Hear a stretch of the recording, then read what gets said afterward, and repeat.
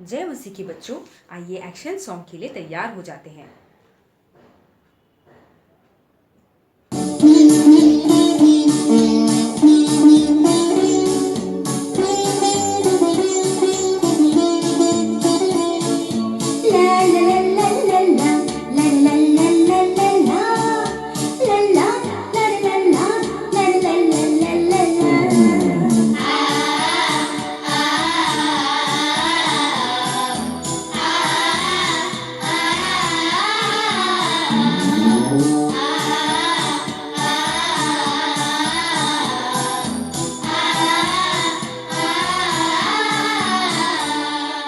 छोटा सा गाँव सितार बजाता था, छोटा सा गाँव सितार बजाता था।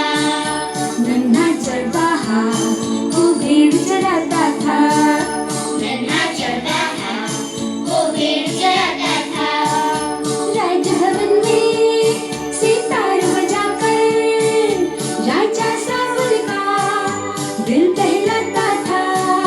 राजभवन में सितार बजाकर राजा सावल का दिल बहलाता था, वो दिल बहलाता था। छोटा सा गाँव सितार बजाता था, छोटा सा गाँव सितार बजाता था।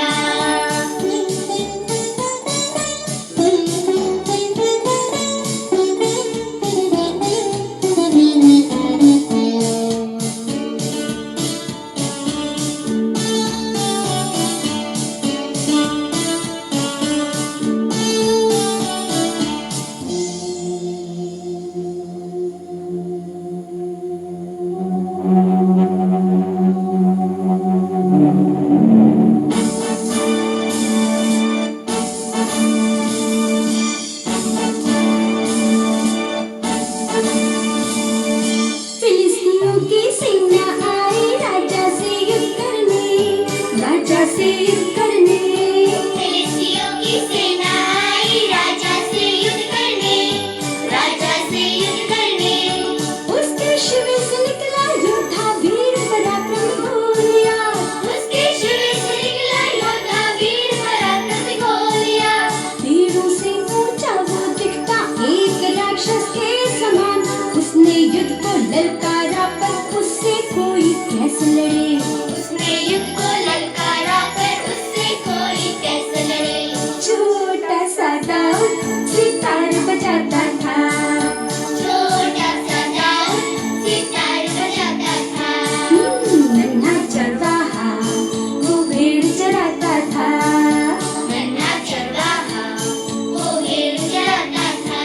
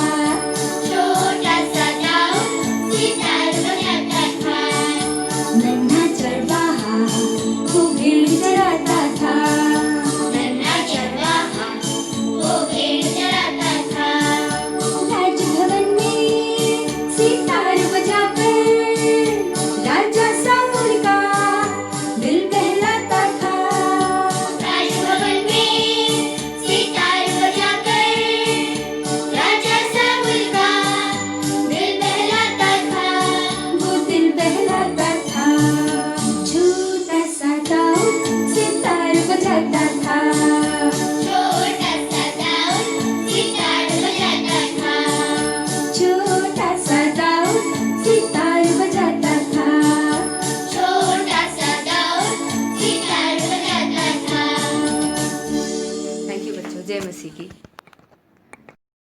जय मसीह की बच्चों, आप सब कैसे हैं?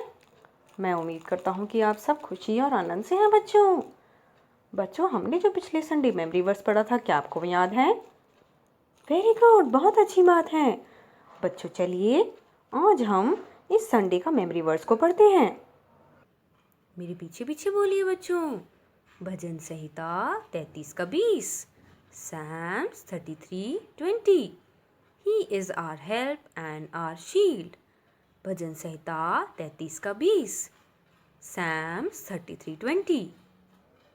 हाँ बच्चों, यहाँ पे जो ही लिखा हुआ है ना, उसका मतलब है कि यीशु मसीह हमारा परमेश्वर। मुसीबत के समय हम सबसे पहले अपने मम्मी या पापा को बुलाते हैं।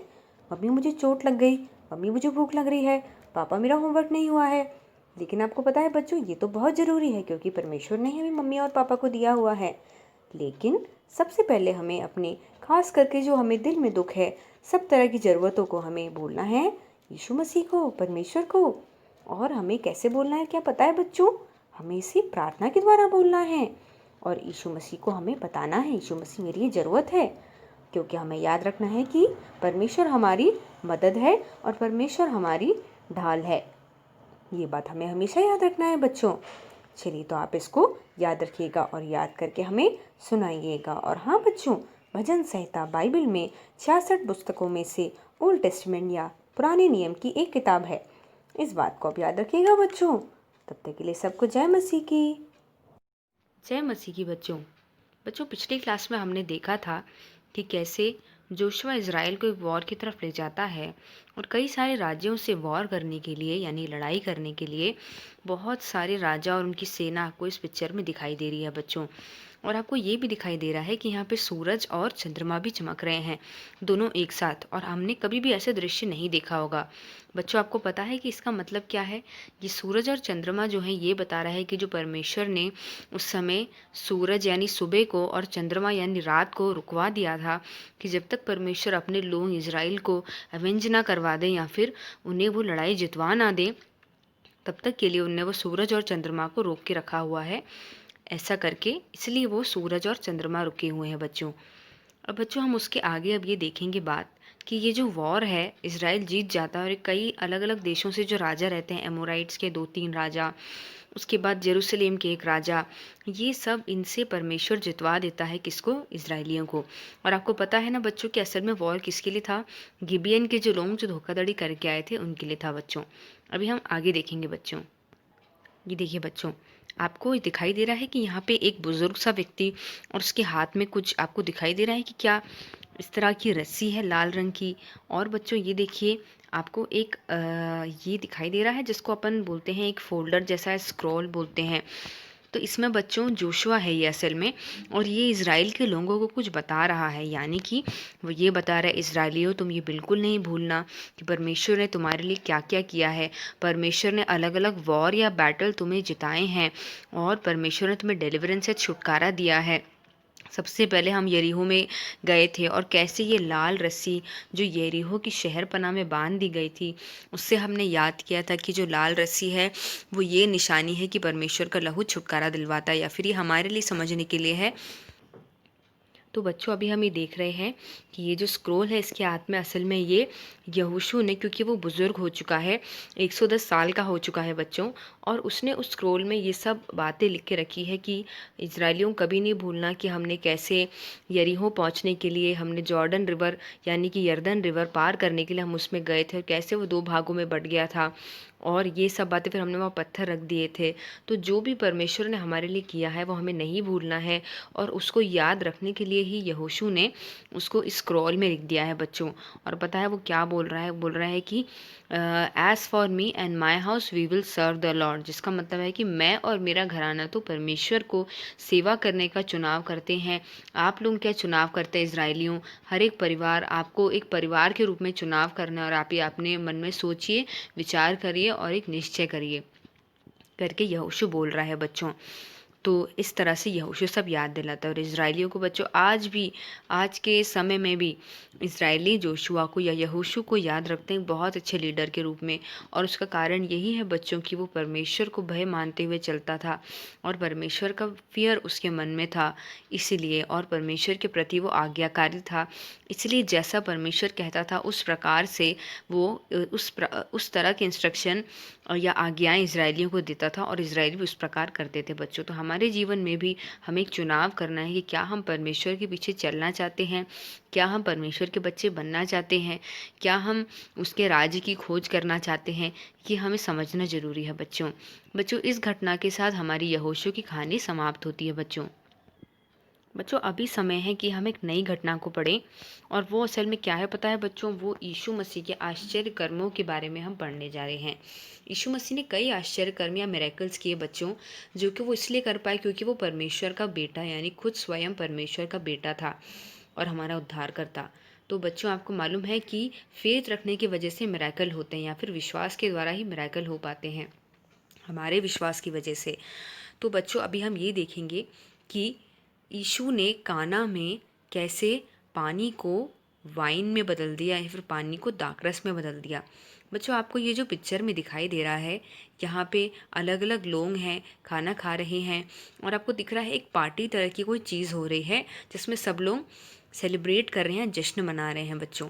तो असल में क्या है मालूम है क्या, ये काना नामक एक जगह में जो कि गलील में है, वहाँ पे एक शादी है और वहाँ पर यीशु मसीह और उसके चेले भी आए हुए थे और उनकी माता, यीशु मसीह की माता मरियम भी आई हुई थी। इस सब जश्न के बीच में बच्चों ये बात पता चलती है कि वहाँ जो दाकरस है जो सबको दिया जाता है, जैसे कि आपको यहाँ दिख रहा है बच्चों की दाकरस के ग्लासेस रखे हुए हैं, तो पता चलता है बच्चों की जो दाकरस थी वो बिल्कुल भी ख़त्म हो जाती है। और बच्चों फिर ये जो बात रहती है, वो जो सर्वेंट्स रहते हैं या फिर जो सेवक रहते हैं जो इस प्रकार खाना और दाखरस दे रहे हैं, उनमें से जाके एक वो बताता है मरियम को और बोलता है देखिए, और मतलब मरियम को ये बात पता चलती है कि जो दाखरस है वो ख़त्म हो गया है। तो मरियम आपको पता है क्या करती है बच्चों, वो यीशु को ये बात बताती है, यीशु मसीह को। कि देखिए बच्चों, यीशु मसीह को ये माता मरियम है यीशु मसीह की और बता रही है कि देखो यीशु, वो दाखरस बिल्कुल ख़त्म हो गया करके ये बोल रहे हैं। तो फिर यीशु क्या बोलता है, तो यीशु बोलता है कि देखो हे स्त्री, मेरा भी समय नहीं आया करके इस प्रकार यीशु बोलता है। लेकिन फिर भी मरियम चाहती है कि यीशु कुछ ना कुछ रास्ता वहाँ निकाले, वो सच में चाहती है कि वहाँ उन लोगों की मदद हो, क्योंकि वो शादी का जो माहौल है वो बिल्कुल ख़राब हो जाएगा करके। फिर यीशु मसीह क्या करते हैं, वहाँ जो सर्वेंट्स रहते हैं ना, उन सर्वेंट्स से वो बोलते हैं कि चलो मुझे कुछ आप जार्स दो या पानी भरी हुई मुझे चाहिए जिससे कि मैं उसमें कुछ कर सकूं। तो वो जो सर्वेंट्स या फिर जो सेवक रहते हैं वो यीशु मसीह को दिखाते हैं कि 6 पत्थर के जार्स या फिर जो पानी भर के रखे रहने की जो घड़ा जैसा होता है वो 6 रहते हैं पत्थर के बच्चों। और ये देखिए बच्चों, आपको एक चीज़ दिखाई दे रही है यहाँ पे, ये यीशु की माता मरियम है जो सर्वेंट से बोल रही हैं कि देखो जैसा यीशु मसीह आपको बोलेंगे उस प्रकार आपको सुनना है और उसी प्रकार आपको करना है। जैसे वो आपको निर्देश देते हैं, जैसे वो आपको आज्ञा देते हैं, उसी प्रकार आप करना करके। फिर क्या होता है बच्चों, वो जो 6 जार रहते हैं ना, उसमें पानी भरने के लिए कहा जाता है। यीशु मसीह बोलते हैं उस सर्वेंट से कि 6 जारों में फुल ऊपर तक, पूरा भर के ऊपर तक पानी भर दो करके। और आपको पता है बच्चों कि क्या उस समय का एक रिवाज रहता है, जो यूइश लोग या फिर जो यहूदी लोग रहते हैं वो पत्थर के जारों में पानी भर के रखते हैं। और जो उसमें पानी भरते हैं ना बच्चों, वो इसलिए करा जाता है कि वो कहीं बाहर से अगर आते हैं अंदर, तो सबसे पहले अपने पानी के जार में से अपने मुंह को धोते हैं, अपने हाथ को और अपने पैरों को धोते हैं और उसी बर्तनों में पानी भरा जाता है बच्चों। तो अब आप सोचिए, देखिए यीशु उसमें पानी क्यों भरवा रहा है, पानी से क्या होगा, मतलब हमें विचार करना है। तो बच्चों अगर हमें ये बात जाननी है तो हम इसको अब अगली क्लास में इस घटना को सुनेंगे। तब तक के लिए सबको जय मसीह की।